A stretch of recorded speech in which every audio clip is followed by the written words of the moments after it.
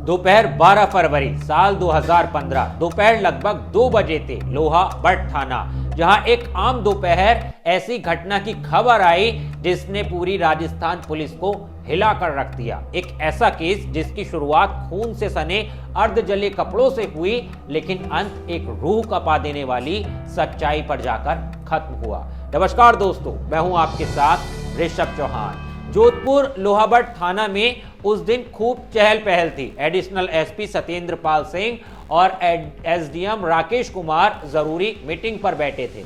इस दौरान दोनों थाने के बाहर अचानक शोर सुनते हैं। काफी ज्यादा शोरगुल बाहर हो रहा था। एसएचओ निरंतर प्रताप बाहर जाते हैं और कुछ देर बाद हड़बड़ाते हुए अंदर आते हैं और कहते हैं, सर बाहर कुछ लोग आए हैं किसी के मर्डर की रिपोर्ट लिखवाने।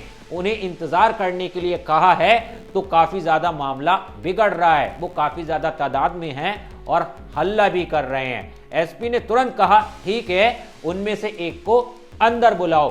भीड़ में से कैलाश सुथार को अंदर लाया गया। एसपी ने पूछा, बताओ ये क्या मामला है। कैलाश बैठते ही बोला, साहब मेरे चाचा संतोष 6 फरवरी से गायब हैं और आज उनके खून से सने अर्ध जले कपड़े ग्रेवल रोड पर मिले हैं। मुझे यकीन है कि उनको मारा गया है। एएसपी ने लंबी सांस ली और तुरंत टीम को लेकर कैलाश के बताए स्थान पर पहुंच गए। गांव के बाहर ग्रेवल रोड की ढलान पर कपड़े पड़े थे, खून से सने अर्ध जले। एएसपी को अब समझ आ चुका था कि मामला बहुत ज्यादा बड़ा है। भीड़ जमा होने लगी, कपड़ों को सील किया गया। कैलाश से पूछा गया, तुम्हें ये कैसे पता कि तुम्हारे चाचा के ही कपड़े हैं। कैलाश का जवाब था, मेरी चाची रो रो कर कह रही थी कि ये मेरे पति के ही कपड़े हैं और 6 दिन से वो लापता भी हैं। एएसपी के दिमाग में एक के बाद एक सवाल उठने लगे। जब 6 दिन से आदमी गायब था तो रिपोर्ट क्यों नहीं दर्ज करवाई गई?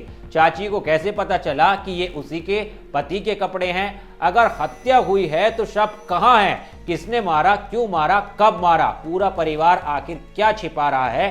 हर एंगल से जांच चल रही थी और लाश को भी ढूंढने की लगातार पुलिस जो है वो जगह जगह कोशिश कर रही थी, लेकिन कोई भी नामो निशान जो है वो पुलिस को नहीं मिल पा रहा था। तभी दिन गुजरते जा रहे थे और पुलिस को रामेश्वरी के बारे में कुछ ऐसी बातें पता चलती हैं जो हैरान करने वाली थी। इसी बीच पुलिस संतोष की पत्नी रामेश्वरी और उसकी बेटियों को थाने ले आई। थाने आते ही तीनों बेटियां कहती हैं, हम मम्मी के सामने कुछ नहीं बताएंगे। ये सुनकर सब हैरान हो गए। रामेश्वरी का चेहरा एकदम सफेद पड़ गया, उसके पैरों के नीचे जमीन निकल गई। बेटियों को अलग कमरे में ले जाया गया और तब जो सच सामने आया उसने पुलिस की रूह तक जमा दी। तीनों बच्चियों ने कहा, हमने अपनी आंखों से देखा है कि हमारी मम्मी ने अपने प्रेमी भूम सिंह के साथ मिलकर हमारे पापा को तलवार से काट कर मार दिया। कमरा एकदम शांत हो गया। सभी अधिकारी सन्न हो गए कि आखिर ये तीनों बेटियां क्या बोल रही हैं। संतोष मजदूरी के लिए मुंबई में रहता था। घर में 50 साल की पत्नी रामेश्वरी 3 बेटियों और 1 बेटे के साथ रहती थी। इसी बीच गांव का 28 साल का युवक भूम सिंह रामेश्वरी से प्यार करने लगा। दोनों का अफेयर शुरू हो गया, पूरे गांव में चर्चा का विषय बन गया। संतोष जब मुंबई से लौटा वह टूट चुका था, क्योंकि गांव वालों के जरिए उसे भी इस बात का पता चला। पत्नी को समझाया, रोया, डांटा, लेकिन रामेश्वरी नहीं मानी और लगातार वो अपने आशिक के साथ अवैध संबंध बनाती रही। एक दिन संतोष ने दोनों को रंगे हाथ पकड़ लिया। दोनों में हाथापाई हुई। भूम सिंह ने धमकी दी, इस बेइज्जती का बदला जरूर लूंगा, तुम्हें मैं देख लूंगा। आधी रात का समय था। संतोष सो रहा था, रामेश्वरी जाग रही थी। दरवाजा धीरे से खुला। भूम सिंह अंदर आया और एक जोरदार वार। संतोष दर्द से चीखा, मुझे छोड़ दो। बेटियां दौड़कर अंदर पहुंची। अपने पिता को खून से लथपथ देखकर उनकी चीख निकल गई। भूम सिंह ने उन्हें धमकाया, अगर किसी को कहा तो मैं तुम तीनों को भी काट डालूंगा। रामेश्वरी सब कुछ खड़ी देखती रही, पलक तक नहीं झपकी और अपनी बेटियों को डराने धमकाने लगी। शव को बोरी में भरा गया, ड्रम में छिपाया गया। अगले दिन बैलगाड़ी से जंगल ले जाकर दफनाया गया। रात को खून वाले कपड़े चूल्हे में जलाए गए। पूरी तरह से ना जलने पर अगले दिन ग्रेवल रोड पर फेंक दिए गए और यहीं से फिर ड्रामे की शुरुआत हुई। पत्नी रामेश्वरी रो रो कर पूरे गांव वालों को बताती कि उसका पति जो है वो 6 दिन से गायब है और ये जो कपड़े मिले हैं ये उसके पति के ही हैं।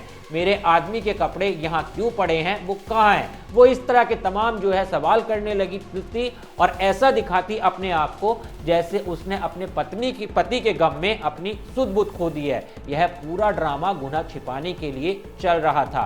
बच्चों की गवाही, कैलाश का बयान, कपड़े, ड्रम के निशान, सब मिलाकर पुलिस ने भोम सिंह और रामेश्वरी को गिरफ्तार कर लिया। दोनों टूट गए। पूरी कहानी फिर उन्होंने अपने मुंह से खुद बताई, जो कि वाकई में ही हैरान करने वाली थी। निशानदेही पर जंगल से संतोष की लाश और तलवार बरामद की गई। करीब 2 साल मुकदमा चला, गवाह पेश हुए, सबूत पेश हुए। 10 जुलाई साल 2017 जोधपुर कोर्ट ने दोनों को उम्र कैद की सजा सुना दी।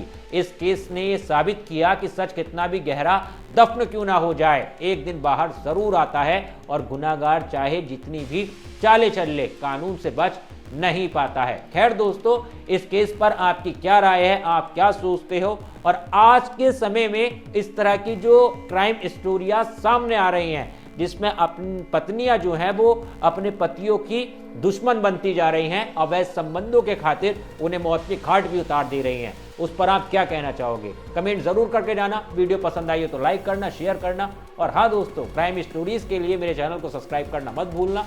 मिलता हूँ आपसे किसी और नई कहानी के साथ, तब तक के लिए धन्यवाद। जय हिंद।